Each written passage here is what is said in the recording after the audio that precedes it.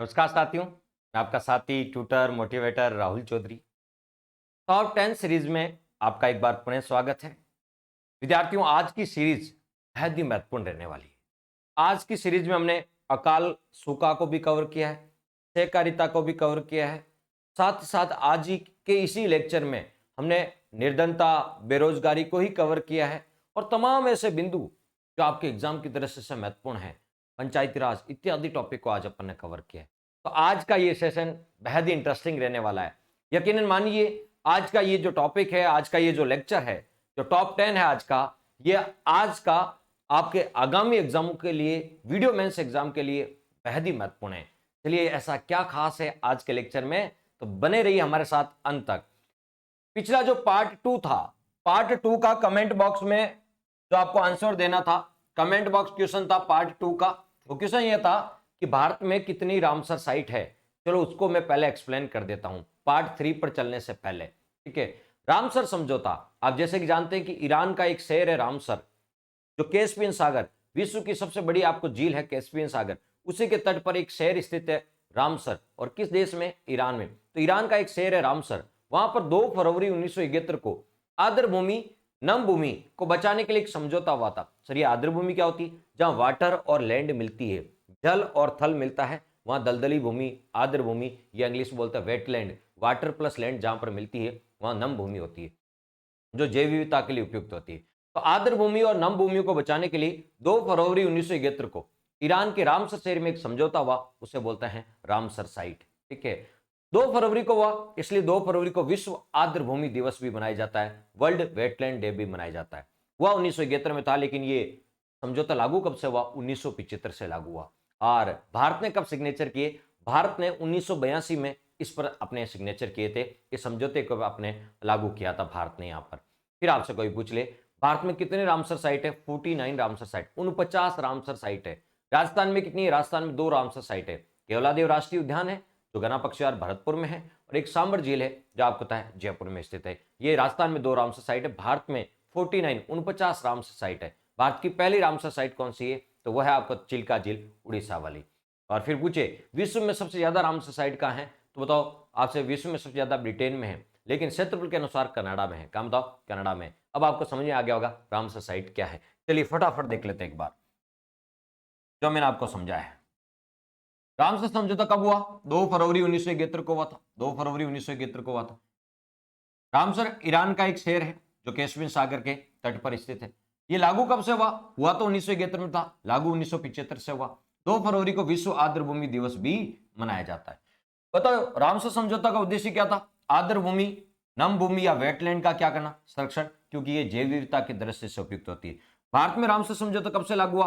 1 फरवरी 1982 में से लागू हुआ था। 1981 में जब भारत के 2 चिल्का और केवलादेव को शामिल किया, उसके बाद भारत ने 1982 में इस पर सिग्नेचर किए थे। 1981 में भारत के शहर शामिल हुए, तब 1982 में भारत ने इस पर सिग्नेचर किए थे।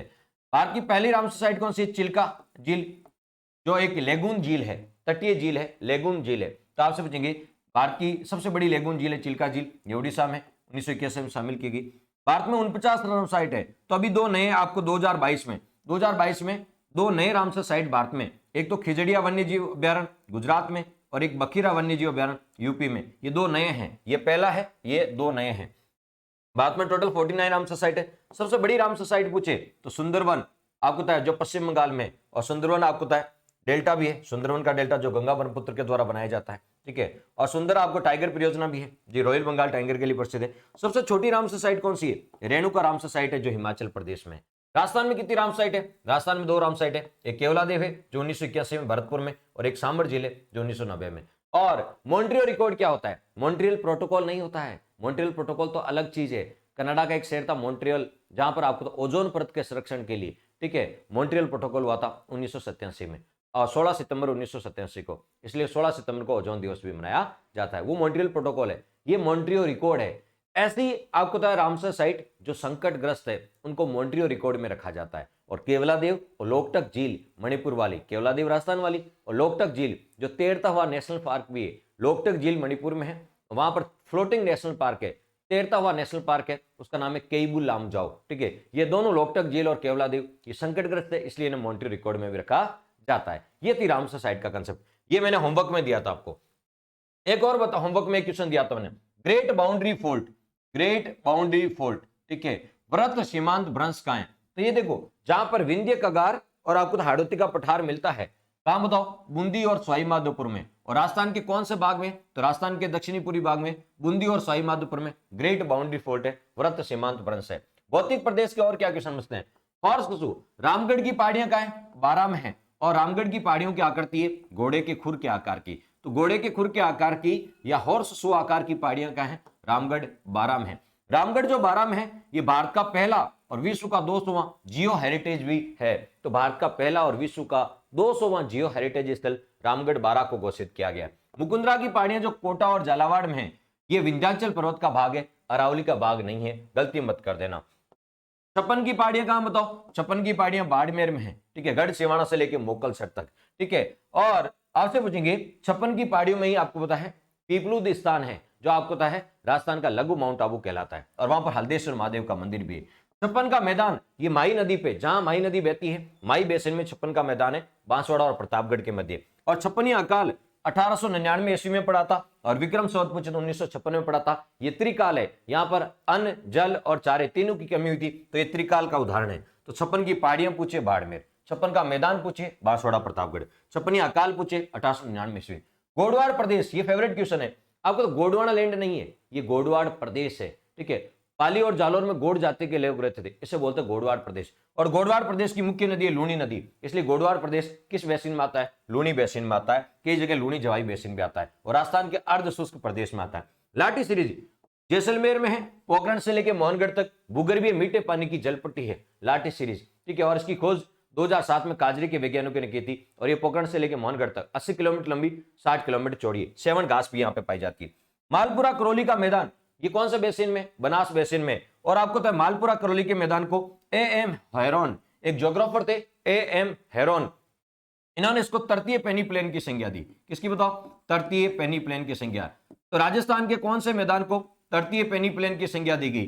तो मालपुरा करौली के मैदान को A.M. हेरोन ने तृतीय पेनी प्लेन की संज्ञा दी। और A.M. हेरोन ने प्री कैम्ब्रियन युग का आपको अध्ययन किया था। तो प्री कैम्ब्रियन युग का अध्ययन करने वाले कौन थे? यानी अरावली का या प्री कैम्ब्रियन युग का अध्ययन करने वाले थे A.M. हेरोन। कौन थे बताओ? A.M. हेरोन। अभी पूछा गया था क्वेश्चन कंप्यूटर अनुदेशक में। और आपसे पूछेंगे A.M. हेरोन ने आपको तो मालपुरा करौली का मैदान जो बनास बेसिन में है, उसको तृतीय पेनी प्लेन की संज्ञा दी थी। ये कुछ आपको की पॉइंट है जो मैंने आपके रिवीजन के लिए लेके आया था, ठीक है। तो ये दो क्वेश्चन तो जो पिछले कमेंट बॉक्स के क्वेश्चन था, ठीक है, उसमें आंसर देना था, और अधिकांश विद्यार्थियों ने सही आंसर भी दिए थे। चलिए आज का पार्ट 3 लेके आते हैं। आज का पार्ट 3, टॉप 10 का पार्ट 3 आपके सामने हाजिर है। मैंने कहा कि अंत तक बने रहना, ये आपको बहुत सारे क्वेश्चन देके जाएगा आज, ठीक है। टॉप 10 पार्ट 3, टॉप 10 का आज पार्ट 3 लेके आए, और वीडियो मेंस के लिए स्पेशली बहुत कारगर है। चलिए शुरुआत करते हैं।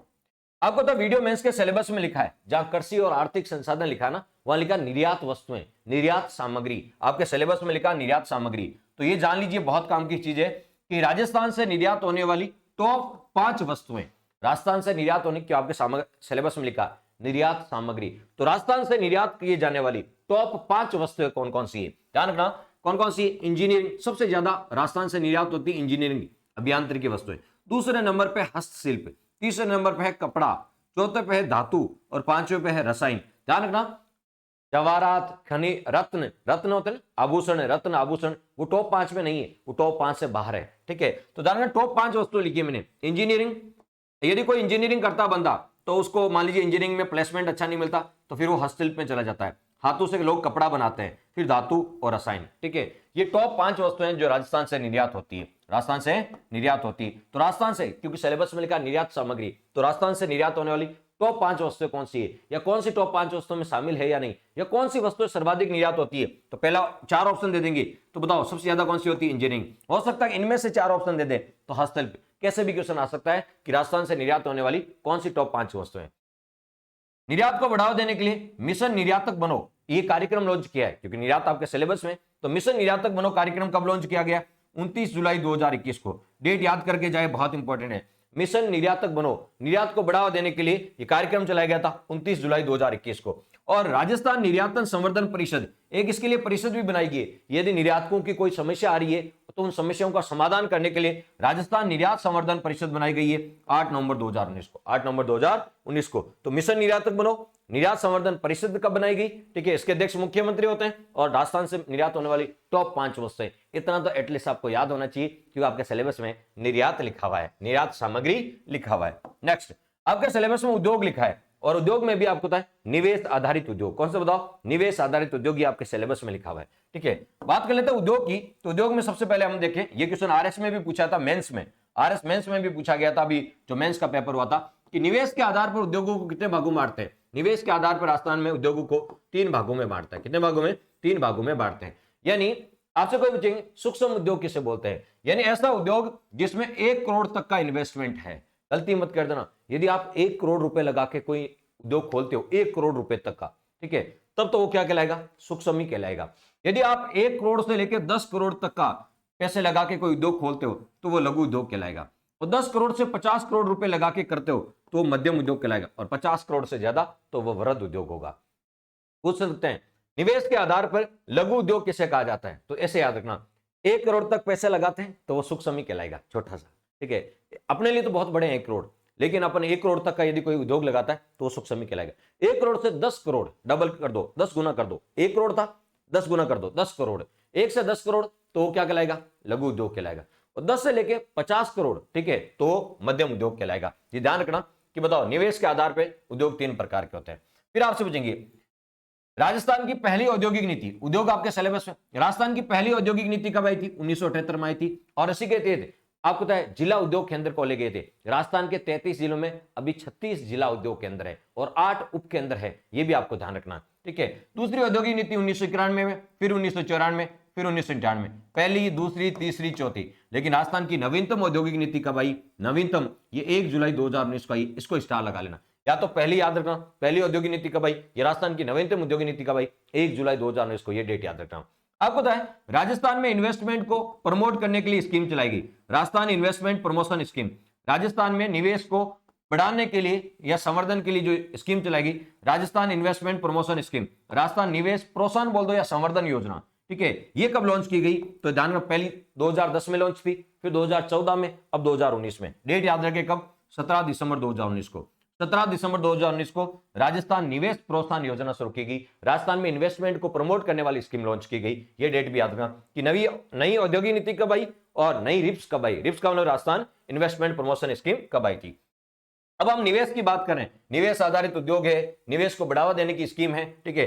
तो राजस्थान में निवेश के लिए नोडल एजेंसी कौन सी है, यानी ऐसी कौन सी संस्था है जो इन्वेस्टमेंट के लिए काम करती है, नोडल एजेंसी कौन सी है, तो राजस्थान में 10 करोड़ से ज्यादा का यदि कोई इन्वेस्टमेंट करना चाहता है तो उसके लिए एक नोडल एजेंसी बनी हुई है और उसका नाम है बिप। क्या बना है, beep, bureau of investment promotion, bureau of investment promotion, bureau of investment promotion, bureau of investment promotion, bureau of investment promotion, bureau of investment promotion.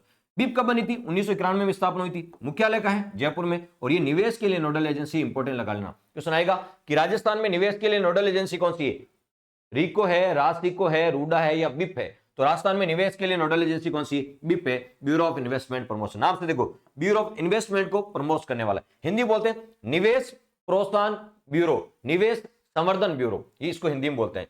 इसका अध्यक्ष मुख्यमंत्री होता है और उपाध्यक्ष कौन होता है, उद्योग मंत्री होता है। तो राजस्थान में निवेश को बढ़ावा देने के लिए नोडल एजेंसी बिप है, 1991 में स्थापना हुई, जयपुर इसका मुख्यालय, अध्यक्ष मुख्यमंत्री होता है। 10 करोड़ से ज्यादा का इन्वेस्टमेंट इसी के माध्यम से आता है, और 10 करोड़ से कम का इन्वेस्टमेंट आना है तो वो सिंगल विंडो क्लियरेंस, एकल खिड़की के माध्यम से आता है।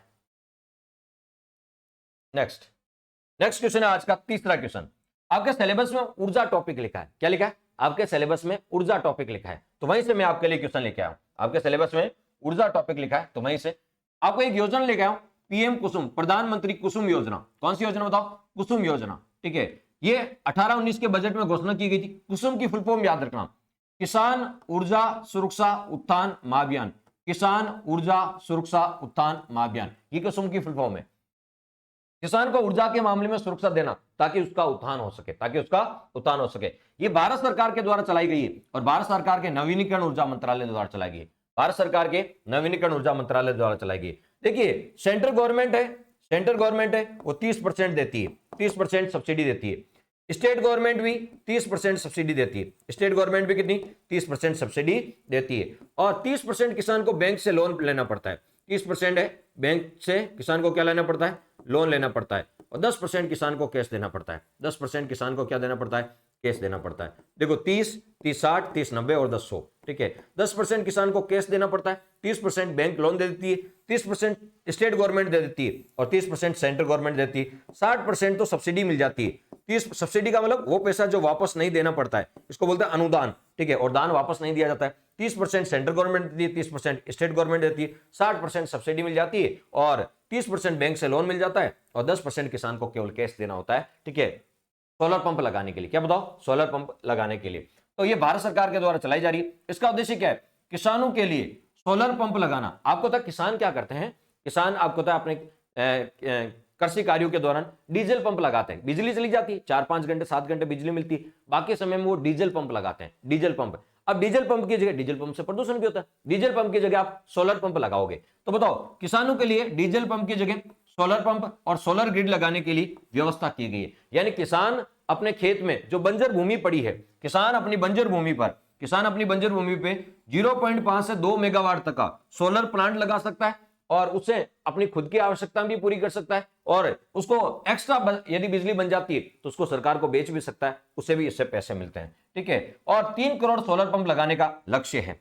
मोस्ट इंपोर्टेंट है, भालोजी गांव है, जयपुर की कोटपुतली तहसील में एक गांव है भालोजी गांव, वहां पर पीएम कुसुम योजना के तहत पहला सोलर पार्क लगा। तो पीएम कुसुम योजना के तहत राजस्थान में पहला सोलर पार्क कहां लगा? तो भालोजी गांव जयपुर में लगा है। भालोजी गांव जयपुर में। तो कुसुम योजना क्या है? सोलर पंप लगाए जाएंगे डीजल पंप की जगह। किसान सोलर अपनी बंजर भूमि पे सोलर ग्रिड भी लगा सकता है, जिससे कि आपको तो बिजली प्राप्त होगी और एक्स्ट्रा बिजली तो सरकार को बेच के पैसे भी प्राप्त कर सकता है। यह है कुसुम योजना। कौन सी? कुसुम योजना।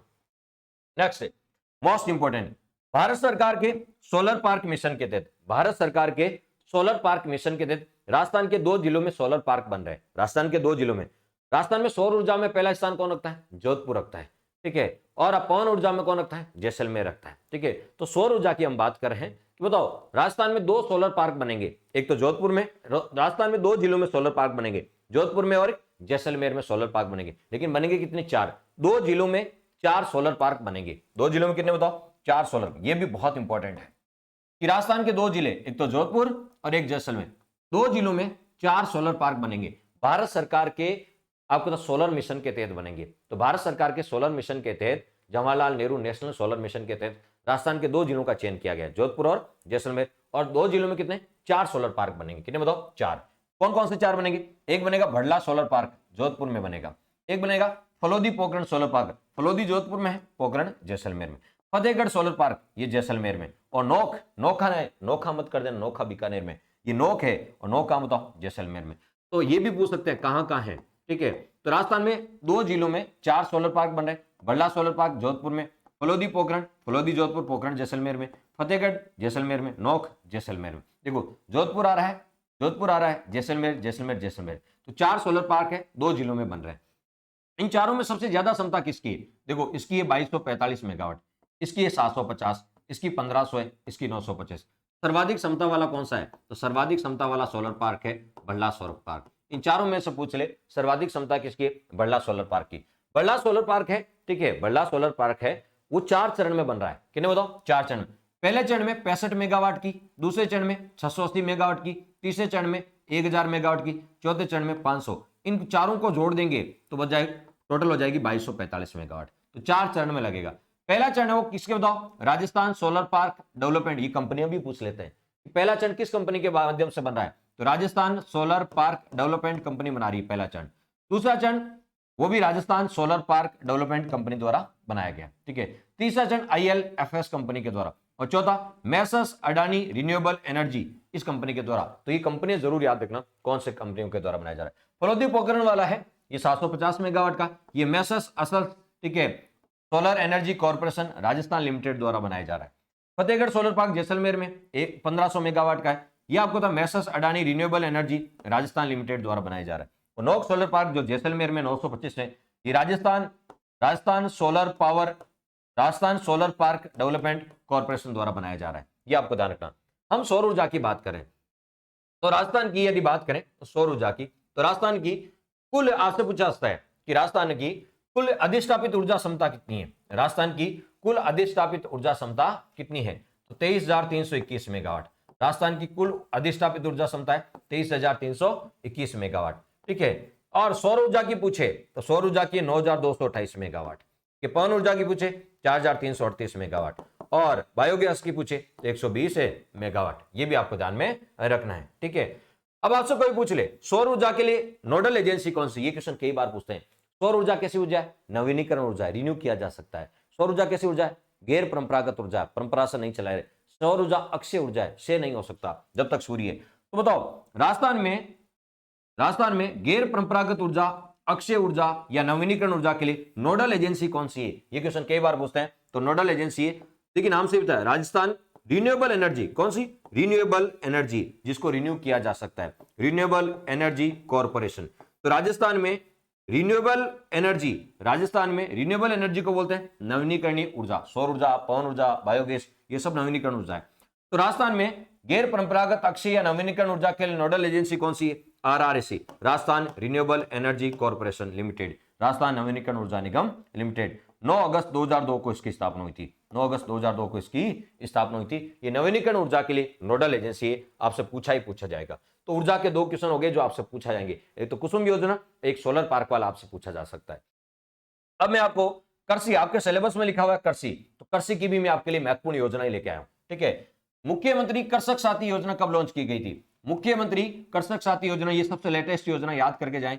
24 फरवरी 2021 को मुख्यमंत्री कृषक साथी योजना लॉन्च की गई थी। ठीक है। इसके तहत 5 लाख किसानों को अच्छी किस्म का बीज दिया जाएगा और 3 लाख किसानों को जैव उर्वरक, बायो फर्टिलाइजर दिए जाएंगे। मुख्यमंत्री कृषक साथी खाद बीज दिया जाएगा, यूं मान लो। ठीक है। और डेट याद रखें 24 फरवरी 2021 को।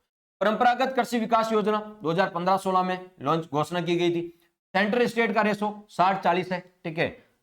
और जैविक खेती, इसका उद्देश्य याद रखना, परंपरागत कृषि, परंपरागत हमारा प्राचीन काल में जो कृषि होती थी वो कौन सी? जैविक खेती होती थी। आजकल तो हम रासायनिक उर्वरकों का प्रयोग करते हैं, लेकिन पहले जैविक खाद का प्रयोग करते थे। तो परंपरागत कृषि का विकास करने के लिए जैविक खेती को बढ़ावा देना, ये इसका उद्देश्य है। राष्ट्रीय बागवानी मिशन, आपको तो बागवानी के लिए एक संस्था काम करती है। ठीक है। बागवानी का फल फूल सब्जियां मसाले, बागवानी के लिए एक संस्था काम करती है। ठीक है। केंद्रीय शुष्क बागवानी संस्थान बिछवाल बीकानेर, बागवानी बिछवाल बीकानेर में। तो केंद्रीय शुष्क बागवानी संस्थान का है बिछवाल बीकानेर में, 1993 में स्थापित हुई थी और भारत सरकार के ICAR, भारतीय कृषि अनुसंधान परिषद द्वारा संचालित है। तो राष्ट्रीय बागवानी मिशन 2005-6 में शुरू हुआ था। ये राजस्थान के 24 जिलों में चल रहा है, ये याद रखना। राष्ट्रीय बागवानी मिशन कितने? राजस्थान के 24 जिलों में चल रहा है। केंद्र 100 रुपए खर्च होते हैं, तो 60 रुपए केंद्र सरकार देती है और 40 राज्य सरकार देती है। मुख्यमंत्री बीज स्वावलंबन योजना, बहुत इंपॉर्टेंट योजना। मुख्यमंत्री चाहते हैं कि आप बीज के मामले में स्वावलंबी बनो। मुख्यमंत्री बीज स्वावलंबन योजना ये 2017 में 3 कृषि जलवायु खंडों में शुरू की गई थी। मुख्यमंत्री बीज के मामले में स्वावलंबी बना, आत्मनिर्भर बना, 2017 में 3 कृषि जलवायु खंड में शुरू की गई थी, कोटा, भीलवाड़ा और उदयपुर, 2017 में। तो लेकिन 2018-19 से ये 10 कृषि जलवायु, राजस्थान में कितने कृषि जलवायु खंड है? याद करो, मैंने पढ़ाया था, राजस्थान में 10 कृषि जलवायु खंड है और 10 के 10 में ये शुरू कर दी गई। कब? 2018-19 से। तो मुख्यमंत्री बीज स्वावलंबन योजना पहले 3 कृषि जलवायु खंड में थी, अब कितने बताओ? 10 के 10 कृषि जलवायु खंडों में इसकी शुरुआत हो गई। Next, zero budget natural farming. Zero budget natural farming ये 2019-20 में 3 जिलों में चलाई गई थी। जीरो बजट जीरो होना चाहिए, लागत कम आनी चाहिए। जीरो बजट नेचुरल फार्मिंग, ठीक है, 2019 3 जिलों में, बांसवाड़ा, सिरोही और टोंक, 3 जिलों में चलाई गई थी। लेकिन 2020-21 से इसको 15 जिलों में शुरू कर दिया। तो याद रखना, मुख्यमंत्री बीज स्वावलंबन योजना अभी 10 के 10 में चल रही है और जीरो बजट नेचुरल फार्मिंग अभी राजस्थान के 15 जिलों में चल रही है। कितने बताओ? 15 जिलों में चल रही है। एक योजना सुनोगी, प्रधानमंत्री फसल बीमा योजना। प्रधानमंत्री फसल का बीमा कराने वाली योजना, प्रधानमंत्री फसल बीमा योजना 2016 से शुरू की गई खरीफ से। इसमें रबी की फसल के लिए 1.5% देना पड़ता है, खरीफ के लिए 2% देना है और बागवानी के लिए 5% देना है। और एक मृदा स्वास्थ्य कार्ड योजना 19 फरवरी 2015 को सूरतगढ़ गंगानगर से शुरू की गई थी। स्वस्थ धरा खेत रहा। एक प्रधानमंत्री कृषि सिंचाई योजना, ठीक है, 2015-16 के बजट में शुरुआत की गई थी और सेंटर और स्टेट का रेशा 60-40 है, 60-40 है। और आपको पर ड्रॉप मोर क्रॉप, प्रति बूंद अधिक फसल, ये उसका लक्ष्य है। तो ये कृषि से संबंधित कुछ प्रमुख योजनाएं थी जिनको मैंने डिस्कस किया। यहां से एग्जाम में पूछे जाने की सबसे ज्यादा संभावना रहती है। आज का टॉप 10 का 6ठा नंबर का क्वेश्चन, टॉप 10 का 6ठा नंबर का ये क्वेश्चन में आपको सहकारिता से लेके आया हूं। कहां से? सहकारिता, कोऑपरेटिव, आपके सिलेबस में सहकारिता, तो वहां से मैं इसको लेके आया हूं। राजस्थान में एक संस्था कॉनफेड, कौन से बताओ, कॉनफेड, क्या है कॉनफेड, है क्या, राजस्थान राज्य सहकारी उपभोक्ता संघ, देखो सहकारी क्षेत्र की है, राजस्थान राज्य सहकारी उपभोक्ता संघ लिमिटेड, इसको शॉर्ट में बोलते हैं कॉनफेड, क्या बोलते हैं, कॉनफेड बोलते हैं। बताओ कब स्थापित हुई थी, 1967 में। मुख्यालय क्या कॉनफेड का, जयपुर में। ये उपभोक्ता क्षेत्र की सर्वोच्च संस्था है। राजस्थान में कंज्यूमर सेक्टर की, उपभोक्ता क्षेत्र की जो सर्वोच्च संस्था है वो कॉनफेड है। पूरा नाम पूछे, राजस्थान राज्य सहकारी उपभोक्ता संघ लिमिटेड, ठीक है, 1967 में जयपुर में, और ये उपभोक्ता क्षेत्र की सर्वोच्च संस्था है। उपभोक्ताओं को आपको पता है बिचौलियों से बचाने के लिए, उपभोक्ताओं को उनको वस्तुएं उचित मूल्य पर डिलीवर करना, ठीक है, जो हमारे बिचौलिए होते हैं, मीडिएटर होते हैं, उनसे बचाने के लिए आपको पता है आपको उपभोक्ता क्षेत्र की सर्वोच्च संस्था कॉनफेड चलाई गई। एक सुना होगा राजफेड, राजफेड तो बहुत जानते हो, मूंग बेच के आते हो, चना बेच के आते हो, ठीक है। राजफेड फुल फॉर्म क्या है, राजस्थान राज्य कृषि सहकारी संघ। देखो ये सहकारिता कोऑपरेटिव, ये उपभोक्ता क्षेत्र की सहकारी संस्था है, ये कृषि क्षेत्र की सहकारी संस्था है, ठीक है। तो बताओ ये 1957 में, ठीक है, और मुख्यालय जयपुर में। ये किसानों को, देखिए राजफेड क्या करती है, किसानों को खाद बीज उचित मूल्य पर उपलब्ध कराती है, साथ ही किसानों की जो फसल होती है उसको भी किसानों को उचित मूल्य दिलवाती है, ठीक है। तो किसानों को खाद बीज कीटनाशक ये उचित मूल्य पर मिलते हैं राजफेड की दुकानों पर, और किसानों को उन किसानों से उनकी फसल खरीदती है और उनको उचित मूल्य भी उपलब्ध कराती है। नेक्स्ट, राजस्थान राज्य जनजाति विकास, देखो ये भी सहकारी, जनजातियों के विकास के लिए सहकारी संघ, ये देखो ये भी सहकारी है, ये भी सहकारी है, ये भी सहकारी, जनजाति विकास, क्योंकि सहकारिता आपके सिलेबस में। तो राजस्थान राज्य जनजाति विकास सहकारी संघ, ये 1976 में, जनजाति काम बताओ उदयपुर में खोला गया, काम बताओ उदयपुर में, जो जनजातियों के विकास और कल्याण के लिए काम करता है। एक योजना क्रेफी कार्ड योजना, कौन सी बताओ, क्रेफी कार्ड योजना, ये 1984 में लॉन्च की गई, क्रेफी कार्ड योजना 1984 में लॉन्च की गई। बताओ शिवरमन समिति गठित हुई थी 1981 में, और शिवरमन समिति की सिफारिश पर ही नाबार्ड की स्थापना हुई थी जुलाई 1982 में, जो भारत में कृषि क्षेत्र का सर्वोच्च बैंक है नाबार्ड, जुलाई 1982 में स्थापित हुई थी, ठीक है, शिवरमन समिति की सिफारिश पर। तो शिवरमन समिति 1981 में गठित हुई, उसी की रिपोर्ट के आधार पर क्रेफी कार्ड योजना या क्रेफी कार्ड रिपोर्ट जारी की गई थी। तो क्रेफी कार्ड रिपोर्ट बोल दो, क्रेफी कार्ड रिपोर्ट बोल दो, या क्रेफी कार्ड योजना बोल दो, ये 1984 में शिवरमन समिति की सिफारिश पर लागू की। शिवरमन समिति 1981 में बनी, 84 में अपनी रिपोर्ट दी, ठीक है, इसे बोलते हैं क्रेफी कार्ड रिपोर्ट या क्रेफी कार्ड योजना। इसका उद्देश्य क्या था, सहकारी समितियों को बहुउद्देशीय ऋण आवश्यकताओं की, सहकारी समितियों की जो भी ऋण की आवश्यकताएं हैं वो पूरा करना, ये क्रेफी कार्ड रिपोर्ट थी, कौन सी, क्रेफी कार्ड रिपोर्ट। तो ये सहकारिता से रिलेटेड था। अगला क्वेश्चन है अकाल सूखा से, आपके सिलेबस में लिखा है अकाल सूखा मरुस्थलीकरण, अकाल सूखा मरुस्थलीकरण, तो वहां से भी मैं एक क्वेश्चन लेके आया हूं आपके लिए, अकाल सूखा और मरुस्थलीकरण। अकाल और सूखे का कारण क्या है, राजस्थान में अकाल और सूखे का कारण है वर्षा की अनियमितता और अनिश्चितता, वर्षा अनियमित रूप से होती है, अनिश्चित होती है, ये अकाल और सूखे का कारण है। तो त्रिकाल क्या होता है, जब आपको होता है अन्न जल और चारे तीनों का आपका अभाव हो जाए, तीनों का काल पड़ जाए, उसे बोलते हैं त्रिकाल। और 56 अकाल पड़ा था जो 1899 ईस्वी में, और विक्रम संवत पूछे तो 1956, वो त्रिकाल का सबसे अच्छा उदाहरण था, क्योंकि उसमें अन्न जल और चारे तीनों की कमी हो गई थी। फिर आपसे पूछें 40 अकाल कब पड़ा, 1983 में। पंचकाल कब पड़ा, 1812-13 में। शेषा भूतसा का भदुसा अकाल कब पड़ा, 1842-43 में। सबसे इंपॉर्टेंट तो ये है, सबसे इंपॉर्टेंट तो है कि बताओ मैक्रो ड्राउट, ड्राउट का मतलब था अकाल, मैक्रो का मतलब था व्रत, इसे बोलते हैं व्रत अकाल, बड़े लेवल पे अकाल पड़ा था। राजस्थान के अधिकांश जिलों में अकाल पड़ गया था ये, ठीक है। तो बताओ राजस्थान के अधिकांश जिले, अकाल को बोलते हैं सूखा, सूखा प्रभावित जिलों की सबसे ज्यादा संख्या कौन से अकाल में थी, यानी कौन से वर्ष में सबसे ज्यादा जिलों में अकाल पड़ा, सूखा पड़ा। तो मैंने कहा मैक्रो ड्राउट का मतलब था व्रत अकाल, व्रत का मतलब है राजस्थान के 33 में से लगभग 25-26 जिलों में क्या पड़ गया, पूरी तरह सूखा पड़ गया, और वो कब पड़ा था, 2002-3 में। कब बताओ, 2002-3 में, इसलिए इसको बोलते हैं मैक्रो ड्राउट, व्रत अकाल क्यों बोलते हैं, कि राजस्थान के अधिकांश जिलों में सूखा पड़ गया था, और ये कब पड़ा था, 2003 में। तो देखिए राजस्थान के अधिकांश जिले सूखे से प्रभावित हुए थे, कब, 2002-3 में, इसलिए इसको बोलते हैं मैक्रो ड्राउट। अधिकांश जिले हुए थे इसलिए बोलता व्रत अकाल, बड़े लेवल पे अकाल पड़ा था। तो अधिकांश जिले सूखे से प्रभावित कब हुए, 2002-3 में, इसलिए इसे बोलते हैं व्रत अकाल। अब समझ आ गया व्रत अकाल क्या है। बताओ आशु जी, मरुस्थलीकरण के रोकथाम के लिए एक अंतरराष्ट्रीय लेवल की संस्था है, मरुस्थल केवल भारत में ही नहीं है, मरुस्थल केवल राजस्थान में नहीं, मरुस्थल तो आपको ऑस्ट्रेलिया में भी है, अफ्रीका में भी सारा का मरुस्थल है, कालाहारी का मरुस्थल है, ठीक है, ग्रेट सैंडी ऑस्ट्रेलिया, ये तो सारा का मरुस्थल, कालाहारी का मरुस्थल ये तो अफ्रीका में, great Sandy, Tanami, Gibson, Simpson ये ऑस्ट्रेलिया में है, ठीक है। और इसी प्रकार अटाकामा मरुस्थल ये दक्षिण अमेरिका में है, यानी चिली में है। तो कहने का मतलब है मरुस्थल केवल अपने ही नहीं है, आपको एशिया में भी बहुत सारे दस्ते लूत, दस्ते कावीर, ठीक है, जो आपको तो ईरान में है, ठीक है, तकला मकान चीन में है, गोभी का मरुस्थल मंगोलिया चीन में है, ठीक है, और अपने थार का मरुस्थल भारत और पाकिस्तान में। तो कहने का मतलब मरुस्थल केवल भारत में नहीं, पूरे विश्व में मरुस्थलीकरण की समस्या है। तो मरुस्थलीकरण के रोकथाम के लिए एक अंतरराष्ट्रीय लेवल पर संस्था काम करती है, उसका नाम है यूएनसीसीडी। तो मरुस्थलीकरण के रोकथाम के लिए अंतरराष्ट्रीय लेवल की संस्था, उसका नाम क्या है? UNCCD, United Nations conference on combat desertification. Desertification को बोलते हैं मरुस्थलीकरण, कॉम्बैक्ट का मतलब रोकथाम। तो मरुस्थलीकरण के रोकथाम के लिए एक अंतरराष्ट्रीय लेवल की संस्था है, उसका नाम है यूएनसीसीडी, और इसकी स्थापना हुई थी 17 जून 1994, इसलिए 17 जून को विश्व मरुस्थलीकरण रोकथाम दिवस भी मनाया जाता है। तो विश्व मरुस्थलीकरण रोकथाम दिवस कब मनाया जाता है? 17 जून को मनाया जाता है, क्योंकि 17 जून 1994 को यूएनसीसीडी की स्थापना हुई थी, और ये अंतरराष्ट्रीय लेवल पर मरुस्थल को रोकथाम के लिए यूएनसीसीडी काम करती है। तो मरुस्थलीकरण के रोकथाम के लिए अंतरराष्ट्रीय लेवल की संस्था कौन सी है? यूएनसीसीडी है। फिर आपसे पूछेंगे काजरी, भारत में कौन सी है? काजरी। काजरी का मतलब central arid zone research institute, केंद्रीय शुष्क क्षेत्र अनुसंधान संस्थान। काजरी का मुख्यालय जोधपुर में 1959 में स्थापित हुई थी।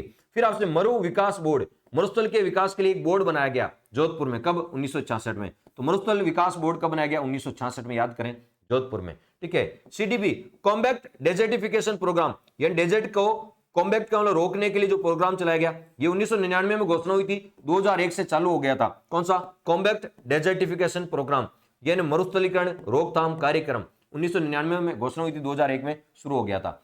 डेजर्ट डेवलपमेंट प्रोग्राम, डेजर्ट का मतलब था मरुस्थल, डेवलपमेंट का मतलब है विकास, प्रोग्राम यानी कार्यक्रम, मरु विकास कार्यक्रम, डेजर्ट डेवलपमेंट प्रोग्राम, डेजर्ट का डेवलपमेंट करने वाला प्रोग्राम 1977-78 में शुरू हुआ था, ये मैंने पहले डिस्कस किया था। Drought prone area programme, drought prone area programme, सूखा संभाव्य क्षेत्र कार्यक्रम, जहां सूखा पड़ने की संभावना है, 1973-74 में शुरू किया गया था। Desert medicine research centre, most important, desert medicine research centre है कहां? जोधपुर में है। कब स्थापित हुई थी? 1984 में, ठीक है। डेजर्ट मेडिसिन रिसर्च सेंटर, ठीक है, डेजर्ट मेडिसिन रिसर्च सेंटर 1984 में जोधपुर में स्थापित हुई थी। तो ये अकाल से रिलेटेड कुछ इंपॉर्टेंट की पॉइंट है जहां से एग्जाम में क्वेश्चन फंस सकता है। चलिए आगे चलते हैं। आपके सिलेबस में लिखा है निर्धनता, आपके सिलेबस में क्या लिखा है? निर्धनता। तो निर्धनता के भी मैं क्वेश्चन लेके आया हूं, ठीक है, टॉप 10 में। हम हर टॉपिक को कवर करने का प्रयास कर रहे हैं, ठीक है। और यदि आपके अमूल्य सुझाव रहे तो आने वाली सीरीज में अपन इंडिया और वर्ल्ड ज्योग्राफी के, तो आपको तो क्वेश्चन भी इसी में शामिल करने का प्रयास करेंगे, इंडिया और वर्ल्ड ज्योग्राफी के भी, ठीक है। आप बता दीजिए जैसे आप किए, या केवल आपको तो राजस्थान में राजस्थान वाला जो 30 नंबर का पार्ट है, ठीक है, उसी को कवर किया जाए, ठीक है। आप बता दीजिए अभी जो चल रहा है वैसा ही चलने दें, या इंडिया और वर्ल्ड वाला भी शामिल करें, आप बता देना, या अभी जो चल रहा है सर वेल एंड गुड है, यही चलने दो। फटाफट चलते हैं आगे। हमारा एक लक्ष्य है कि कम समय में ज्यादा से ज्यादा आपको तो है, ठीक है, एग्जाम ओरिएंटेड क्वेश्चन कराना, ताकि एग्जाम में जब ऐसा क्वेश्चन मिले दिल को सुकून मिले कि हाँ ये तो हमारे पढ़े हुए हैं। चलिए यही हमारा प्रयास है। आगे चलते हैं।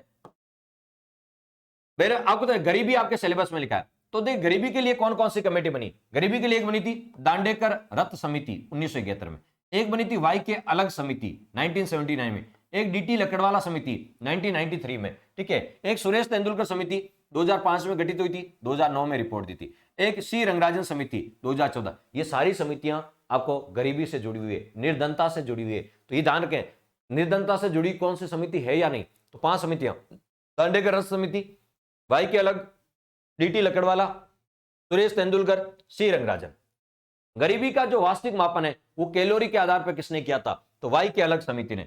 वाई के अलग समिति ने कहा कि यदि कोई शहर में रहता है तो उसको 2100 किलो कैलोरी प्रतिदिन मिलना चाहिए, और यदि कोई गांव में रहता है तो उसको 2400 किलो कैलोरी आपको मिलना चाहिए। यदि उससे कम मिलती है तो गरीब माना जाएगा। तो कैलोरी के आधार पर मापन किसने किया था? वाई के अलग ने किया था, वाई के अलग ने किया था। यह भी आपको बताना, 2100 शहरों वालों को और गांव वालों को 2400 किलो के लिए। अब बात कर लेते हैं, दो महत्वपूर्ण कमेटियां हैं। एक है सुरेश तेंदुलकर समिति, कौन सी बताओ? सुरेश तेंदुलकर समिति। सुरेश तेंदुलकर समिति का गठन 2005 में हुआ था, रिपोर्ट दी थी 2009 में। सुरेश तेंदुलकर, ये गरीबी से जुड़ी हुई है। सुरेश तेंदुलकर रिपोर्ट के अनुसार राजस्थान में गरीबी रेखा से नीचे कितनी % जनसंख्या रहती है? राजस्थान में कितने % लोग हैं जो गरीबी रेखा से, बीपीएल, बिलो पुअर्टी लाइन, गरीबी रेखा से नीचे रहते हैं? तो 14.7% लोग रहते हैं। भारत में कितने रहते हैं? तो सुरेश तेंदुलकर समिति के अनुसार भारत में 21.9% लोग हैं जो गरीबी रेखा से नीचे हैं, और राजस्थान में कितने हैं? 14.7। याद रखें, भारत में तो 21.9% लोग हैं जो गरीबी रेखा से नीचे जीवन यापन कर रहे हैं, राजस्थान में 14.7% लोग हैं जो गरीबी रेखा से नीचे जीवन यापन कर रहे हैं। किसके अनुसार? सुरेश तेंदुलकर समिति के अनुसार। राजस्थान में ग्रामीण क्षेत्र में कितने हैं? गांव में आपको गरीबी ज्यादा रहते हैं, 16.1 गांव के लोग हैं जो गरीब है, और शहरों के कितने? केवल 9.2% है। कहने का मतलब है राजस्थान में 14.7 लगभग 15% लोग ऐसे हैं जो राजस्थान में गरीबी रेखा से नीचे हैं। ठीक है, शहरों में ज्यादा है, शहरों में कम है और गांव में गरीबों की संख्या थोड़ी ज्यादा है। ठीक है, लेकिन आपको तो यह आंकड़ा याद रखना कि सुरेश तेंदुलकर समिति के अनुसार राजस्थान की कितने % आबादी गरीबी रेखा से नीचे है? 14.7। और भारत की कितनी गरीबी रेखा से नीचे है? तो भारत की 21.9। ठीक है, तो सुरेश तेंदुलकर समिति के अनुसार राजस्थान में तो 14.7% लोग हैं जो गरीबी रेखा से नीचे हैं, और भारत में 21.9% लोग हैं जो गरीबी रेखा से नीचे हैं। सुरेश तेंदुलकर समिति ने गरीबी का क्या आधार माना था? मासिक उपभोग, कि एक व्यक्ति मंथली कितना खर्च करता है, उसके आधार पर उन्होंने गरीब डिसाइड किया था, कौन गरीब है या नहीं। सुरेश तेंदुलकर समिति ने कहा था यदि एक व्यक्ति 800 गांव वाला ग्रामीण क्षेत्र में एक व्यक्ति 816 रुपए मंथली खर्च करता है, ठीक है, 816 से कम खर्च करता है तो गरीब है, 816 से ज्यादा खर्च करता है, ठीक है, एक महीने में, तो वो अमीर है। ठीक है, और प्रतिदिन 27 रुपए से ज्यादा खर्च करता तो अमीर है, 27 से कम खर्च करता है तो गरीब है। ये गांव में। शहरों में कहा कि एक व्यक्ति यदि मंथली 1000 से ज्यादा खर्च कर रहा है तो वो अमीर है, 1000 से कम, एक महीने में 1000 से कम। आज को पता है 1000 से क्या होता है? ठीक है, देखो किस प्रकार के आंकड़े हैं। ठीक है, 1000 से कम खर्च करता है यानी वो 999 रुपए खर्च कर रहा है एक महीने में तो गरीब है, और 1001 भी खर्च कर रहा है तो वो अमीर है, और प्रतिदिन पूछे तो 33 रुपए। ये तो उन्होंने सुरेश तेंदुलकर समिति ने मापदंड बनाया था कि बताओ मासिक उपभोग एक महीने में कितने खर्च करता है, उस आधार पर गरीब और अमीर को डिसाइड किया था। एक और कमेटी बनी थी सुरेश तेंदुलकर जो समिति थी उसी की रिपोर्ट की समीक्षा करने के लिए। कौन से? बताओ, जब इसका विरोध होने लगा कि बस 1000 रुपए एक महीने में, एक महीने में 816 रुपए, ठीक है, तब इसका विरोध होने लगा।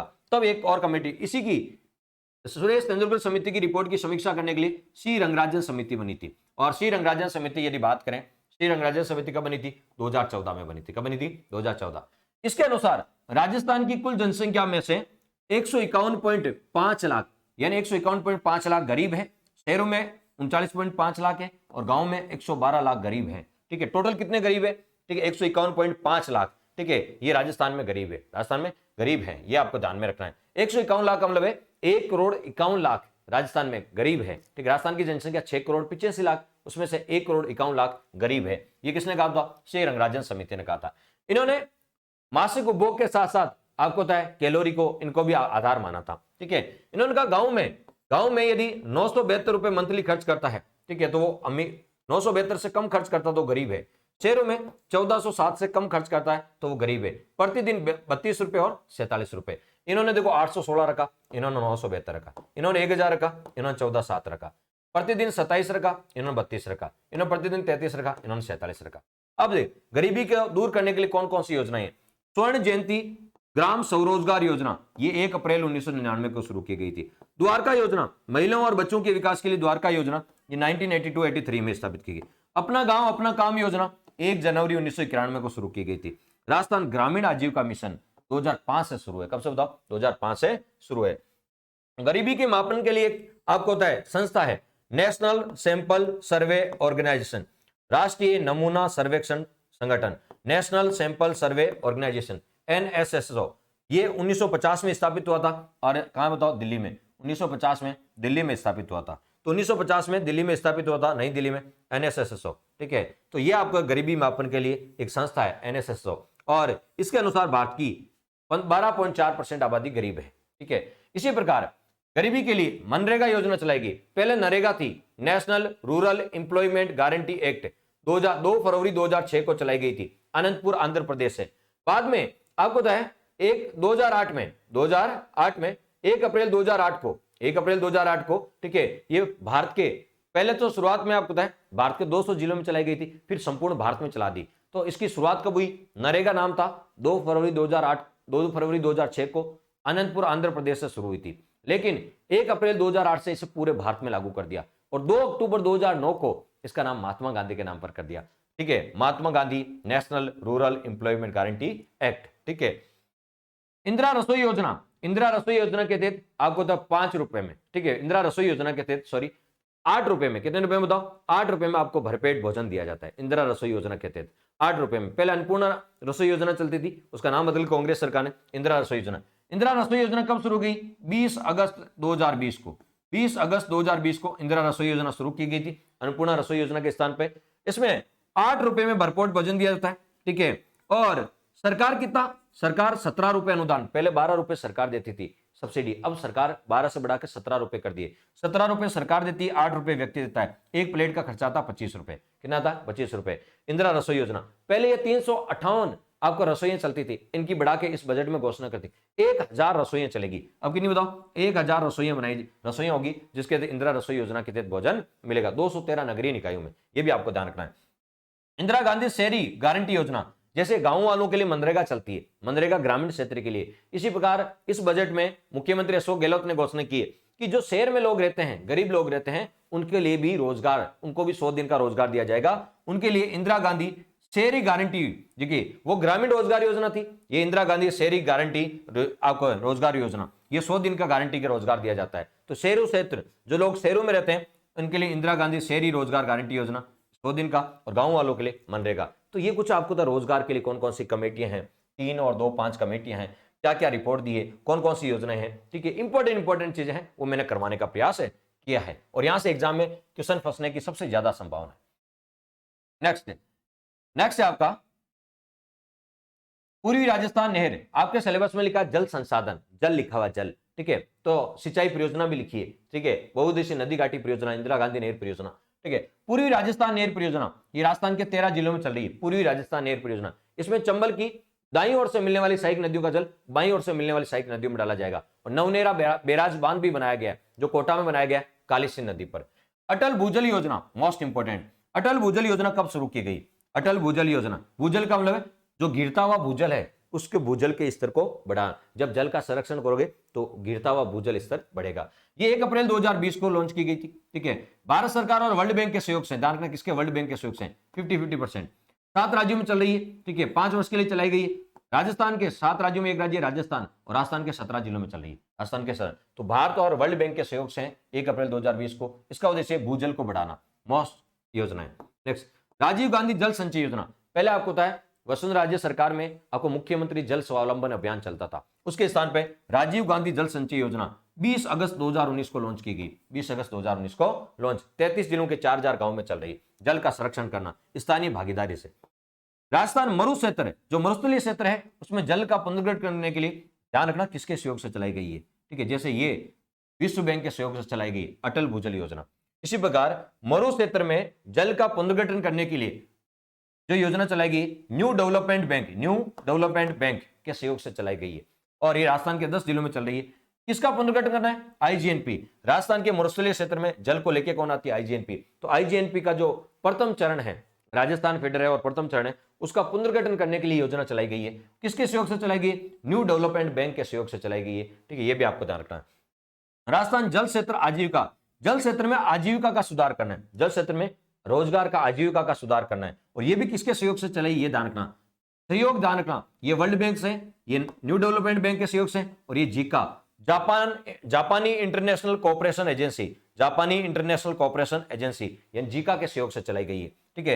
ये 8 वर्ष के लिए चलाई गई। राजस्थान के 27 जिलों की 137 सिंचाई परियोजनाओं का जीर्णोद्धार किया जाएगा, और ऐसा होने से 4.70 लाख हेक्टेयर एरिया के क्षेत्र में सिंचाई बढ़ जाएगी, ठीक है। तो ये सिंचाई के लिए कुछ महत्वपूर्ण परियोजना है जो आपके एग्जाम में यहां से कौन किस किस के सहयोग से चलाई गई है, ये विशेषकर याद करके जाना।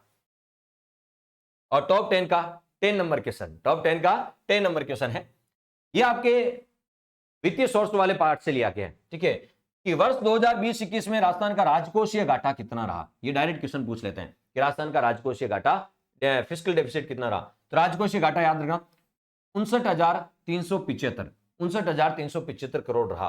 परसेंटेज में पूछे तो जीडीपी का 5.86% रहा। जीडीपी का कितना, ये डायरेक्ट पूछेंगे कि राजकोषीय घाटा जीडीपी का कितना परसेंट रहा, 5.86% रहा, ठीक है।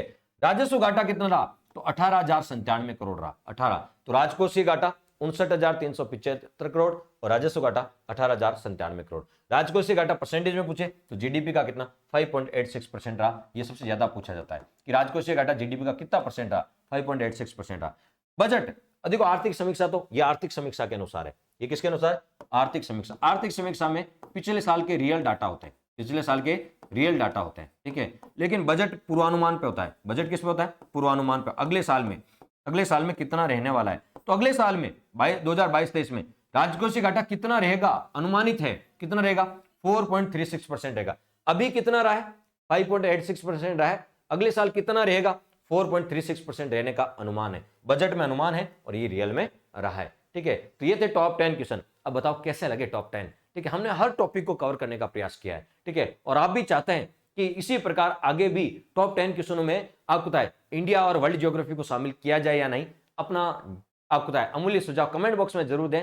और साथ ही साथ एक टॉपिक पर, ठीक है, जैसे अब आने वाले समय में क्या एक प्रयास और करें अपन, हर टॉपिक के राजस्थान की ज्योग्राफी के आपके सिलेबस में कृषि और आर्थिक संसाधन में जो जो टॉपिक लगे उस हर के 10-10 क्वेश्चन करवा दें, हर टॉपिक के टॉप 10 करवा दें। क्या आप चाहेंगे, आपकी क्या आपके सुझाव हैं, जल्दी से बताएं कि हर टॉपिक के टॉप 10 करवाएं या ऐसे ही टॉप 10 सीरीज चलने दें, या फिर इसमें इंडिया ज्योग्राफी और वर्ल्ड ज्योग्राफी और शामिल कर दें। अपने अमूल्य सुझाव कमेंट बॉक्स में जरूर दें। और आज के सेशन का कमेंट बॉक्स में का आंसर, यानी आपको कमेंट बॉक्स में इसका आंसर देना है, जैसे हर बार अपन देते हैं और बहुत सारे विद्यार्थी बहुत अच्छा आंसर देते हैं, ठीक है। और मुझे इस बात की खुशी भी होती है। तो अगली बार जब आप इस क्वेश्चन का आंसर कमेंट बॉक्स में दोगे तो जो विद्यार्थी कमेंट बॉक्स में आंसर देगा उसका नाम अगले सेशन में बोर्ड पर लिख के अनाउंस किया जाएगा, ठीक है। और आप भी चाहते हैं कि अपना नाम बोर्ड पे आए, ठीक है, सही विद्यार्थी, सही आंसर देने वाले विद्यार्थियों में नाम आए, तो आप इन दोनों क्वेश्चन का आंसर कमेंट बॉक्स में विद नाम, अपने नाम सहित जरूर लिखें। चलिए, पहला क्वेश्चन क्या है, राजस्थान की नवीनतम टाइगर परियोजना कौन सी है? राजस्थान की नवीनतम टाइगर परियोजना कौन सी है, इसका आंसर आपको कमेंट बॉक्स में देना है। और आपको तो आपके सिलेबस में लिखा 73वां संविधान संशोधन, पंचायती राज वाला। तो पंचायती राज का अनुसूचित क्षेत्रों में विस्तार, इसको बोलते हैं पैसा एक्ट। क्या बोलते हैं? पंचायती राज एक्सटेंशन इन शेड्यूल एरिया। पंचायती राज का अनुसूचित क्षेत्रों में विस्तार अधिनियम 1996 में ये किस कमेटी की सिफारिश पे लागू हुआ था? ये जो पैसा एक्ट है वो किस समिति की सिफारिश पे लागू किया गया? पहला क्वेश्चन तो ये, दूसरा क्वेश्चन तो, और पहला है राजस्थान की नवीनतम टाइगर परियोजना कौन सी है? इन दो क्वेश्चन का आंसर आपको कमेंट बॉक्स में देना है, नाम के साथ अपना नाम लिखे कमेंट बॉक्स में देना है, ठीक है। और अगली सीरीज में, ठीक है, आपका नाम भी अनाउंस किया जाएगा। धन्यवाद दोस्तों, कैसे लगी? अमूल्य सुझाव देना ना भूलें। Thanks for watching.